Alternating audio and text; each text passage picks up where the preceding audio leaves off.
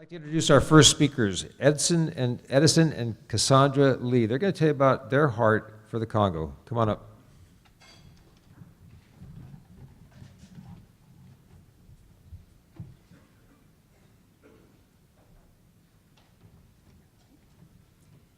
Good morning. How many of you have heard about what's going on in the Congo?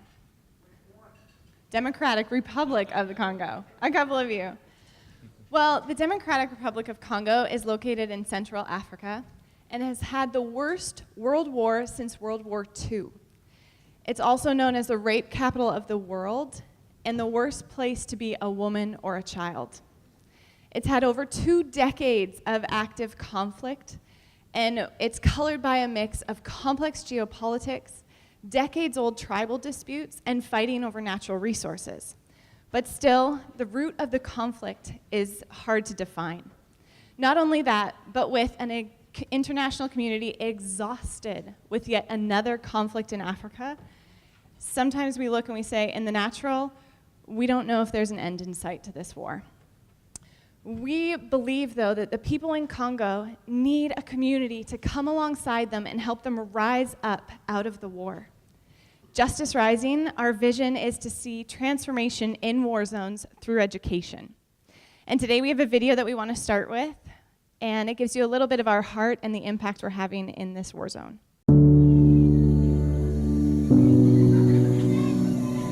Do you remember the day you learned your vowels? Je suis très intelligent. À part jouer le football, j'ai besoin de chanter la musique. J'aime jouer. When you first learned to sing the alphabet? La classe est bonne et l'école est bonne. Every school has its bullies. Quelquefois, dans notre quartier, il y a les bandits. Some bullies are bigger than others. Pori tu vya huku njo tunakuwa na lala.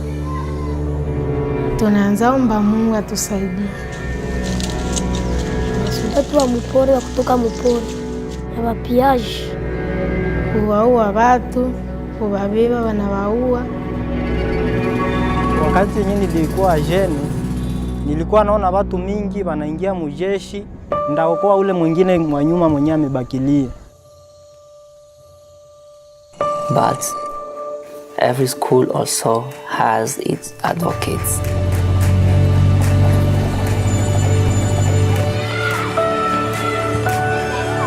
juu ya masomo, hata vita iko tuendelesha tu masomo.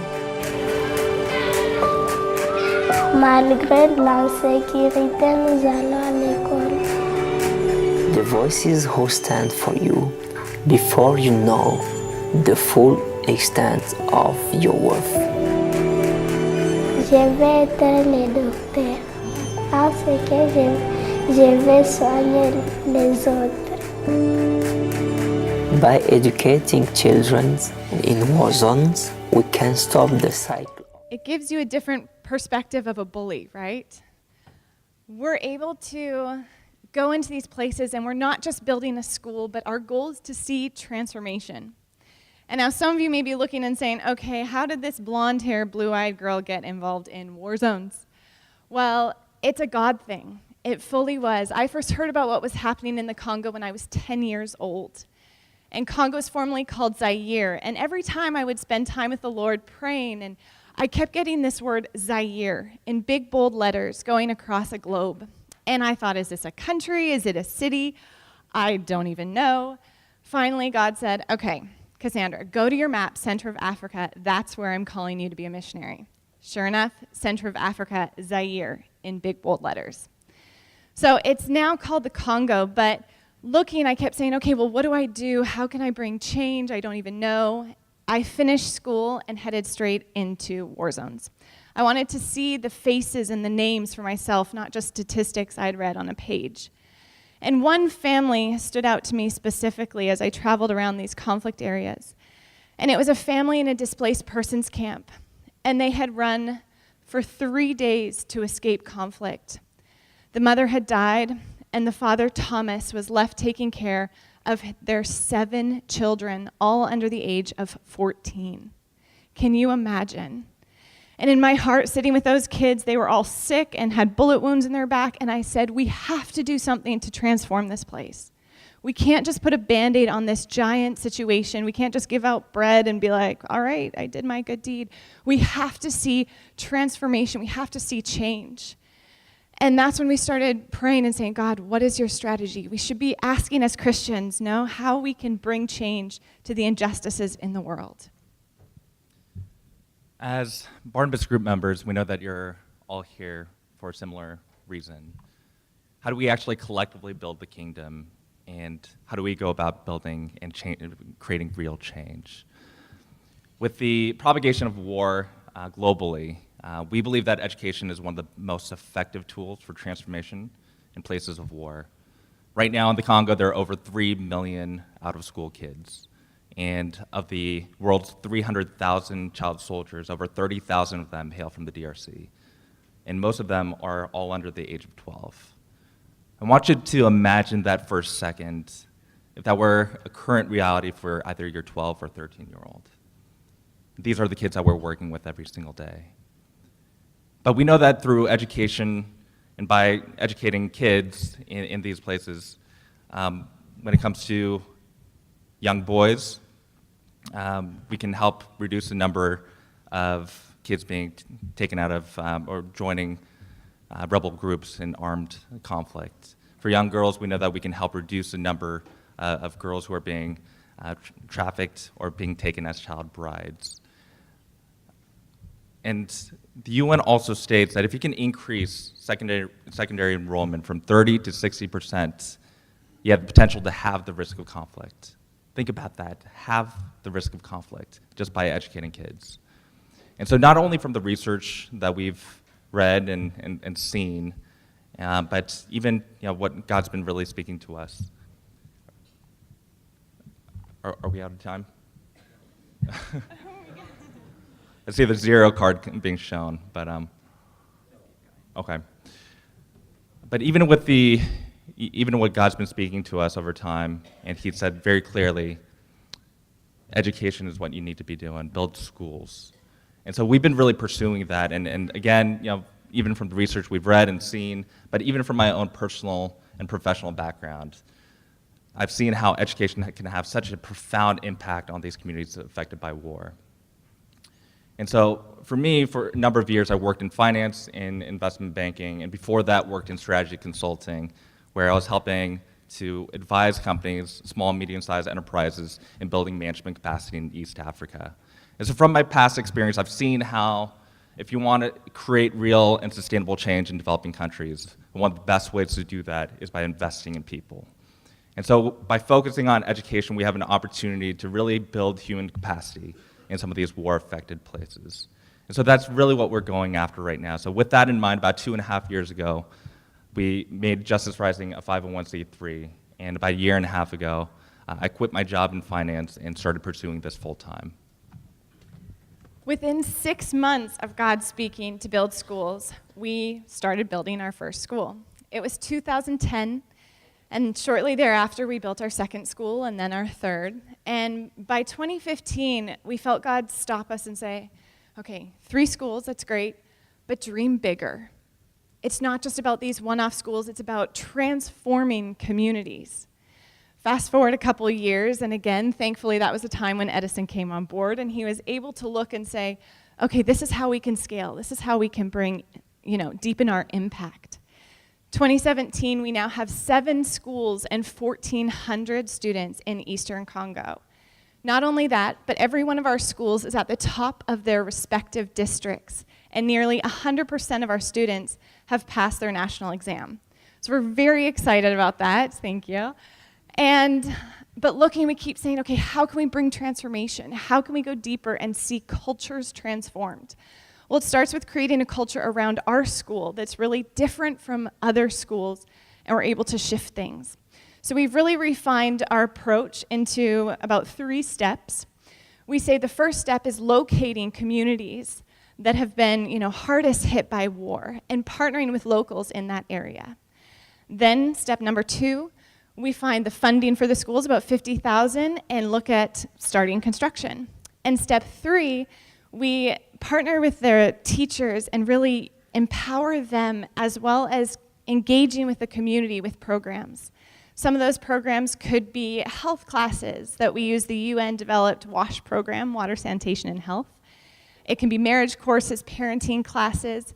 Each of our schools is also a Christian school where we really teach them about the gospel and the power of Jesus Christ. So what makes our programs different? We're not just trying to teach kids how to read and write and how to do math, but we're really trying to change the mindset in some of these war-affected communities. And so with our programs, what we're really trying to build is try to create a more fair and inclusive learning environment for all. And one way that we can do that, among many, is by educating more girls. How do we actually get half the student population into schools?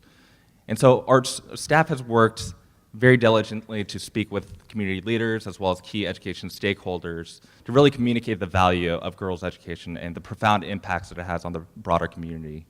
In addition to that, our women's staff, all of whom hold university degrees, they've been able to share their personal testimonies about how education has impacted their lives specifically, but also how it's impacted their families at large.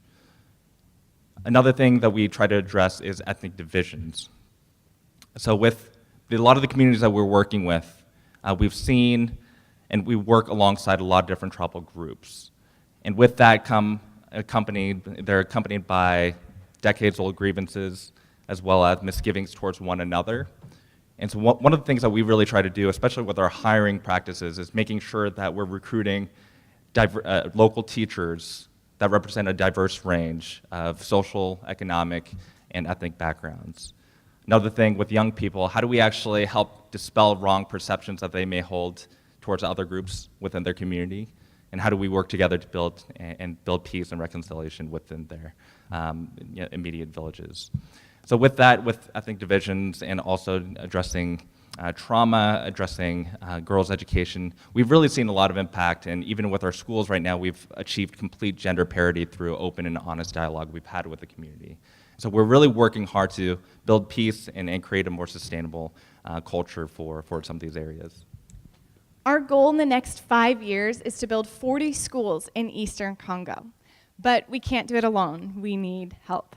So right now we're looking for help with board development as we work to grow there, as well as people who can consult in scaling and healthy growth.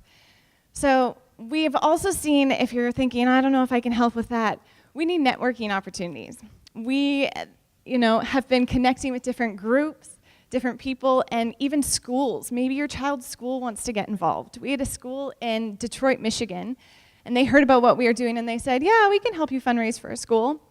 They fundraised for 2 schools, and we actually opened one this past year, and we'll finish the next one by January. Some people connect us with their home groups and raised funds through their home group, maybe their church. We've seen different communities rise up and say, I want to be involved in bringing transformation to these areas. Different people said, I can even host a dinner party and bring my friends and family, and Edison and I have shared.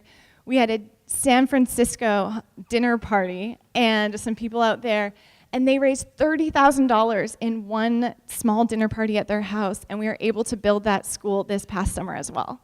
So we're seeing people get engaged, and even though we're a relatively new organization, we've still seen the transformation on the ground. One of our community engagement programs is actually the Leadership League.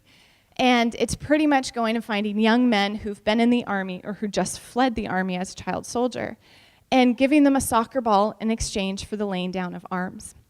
And we've seen their lives transform through this league. One of our boys, one of the leaders, Jackson, he even said to us, he's like, during war, I saw so many of my friends and family killed in front of me.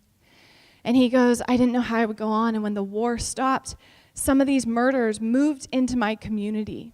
Some of them even as my next door neighbor. And he goes, my initial reaction was to respond out of hatred and want to get revenge and get even. He goes, but since your program, I've learned the power of forgiveness and how to love and be like Jesus and live in peace with these people. Can you imagine having the murder of your friend or family live next door to you? It's unfathomable. So we've already seen so much transformation, and again, we're dreaming for 40 schools in the next 5 years. We'll be at the booth just in the back. We have some flyers if you would like to grab one. And again, we're so grateful. Thank you so much for listening to our presentation.